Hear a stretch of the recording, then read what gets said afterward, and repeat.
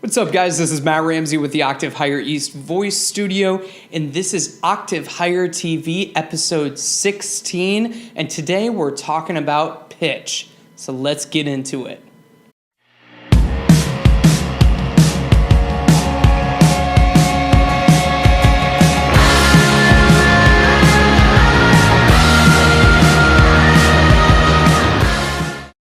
Well, guys, I recently did a couple of workshops here in Austin called the Vocal Technique for All workshops, and it was basically supposed to be kind of like a vocal technique 101 for people who may or may not have taken a lesson before, but if they have, maybe it's been a long time, and so it was supposed to be kind of like a refresher course. And so basically what we did was we kind of talked about the different registers, chest voice and head voice, and how your vocal folds change in those two different registers, and what to expect as you're singing upwards into between those two places and what we call the bridge. Now, what I thought was really cool about this, and massive props to everyone who went, it was a blast. We had so many awesome, really, really curious students, and I'm getting a chance to work with a lot of them now, which is awesome.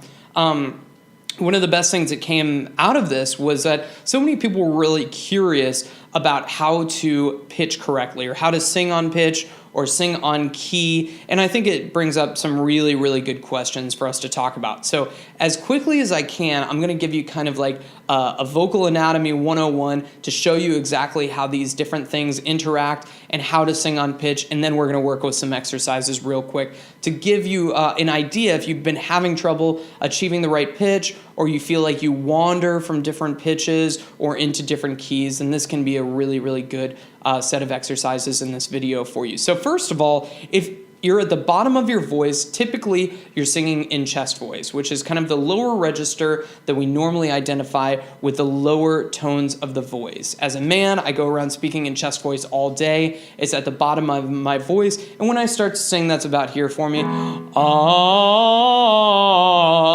Sounds just like my speaking voice, nice and low. Females also have this chest voice. They don't typically have necessarily the same speaking quality or the same kind of amount of depth and range as the guys do, because our voices tend to be a little bit lower, but ladies who also have a chest voice, typically about 2/3 of a male's range is going to be in his chest voice, and typically about 1/3 is going to be in a female's voice. So at the bottom end of our voice, in that chest voice, our vocal folds are together and they're vibrating together very, very slowly. They're very, very slack, they're very, very thick, and those thicker chords are going to vibrate together slower. Slower vibration equals a low pitch.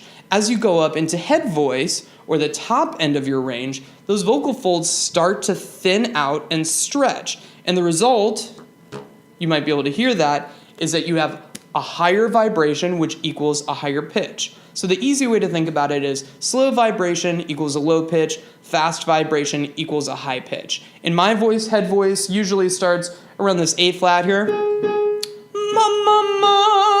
and that goes up. I can take that up to, about this G5, G6, something up there.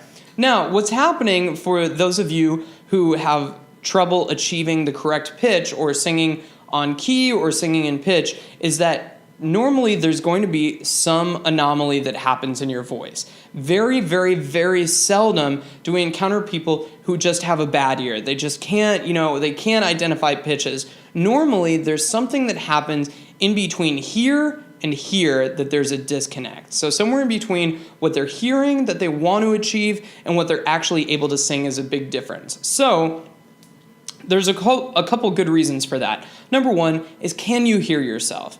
I hesitate to even, throw this one out there, but this can be a big deal. I'll have singers come in and maybe they're singing off key or off pitch, and basically we just take them through a couple exercises, and then I put them in front of the microphone. They're able to hear themselves, and all of a sudden their pitch improves dramatically. It's not rocket science, but if you're able to hear yourself better, then normally you're able to match this and this and this together much quicker. And that's just because you have a really short feedback loop. And what I mean by a feedback loop is sometimes when we're singing like in public, we're singing in a big building, we sing and it has to travel all the way to the back wall before we're able to hear ourselves.